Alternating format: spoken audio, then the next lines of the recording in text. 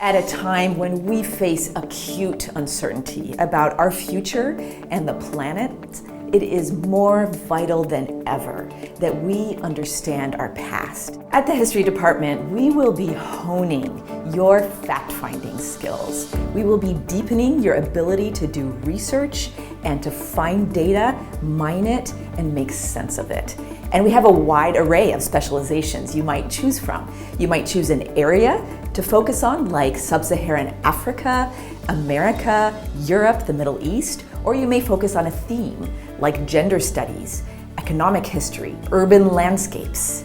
And we have a unique opportunity here in the MENA region that is only available at AUC, which is a minor or just courses that you can take in comparative religion. Studying history, the city of Cairo is our playground. We can take you on field trips where you visit the layered history of the past all around us.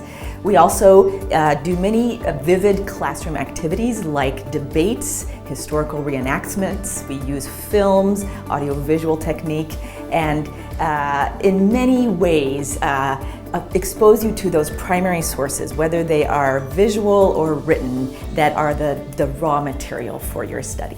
Studying history will prepare you for work in a whole variety of fields.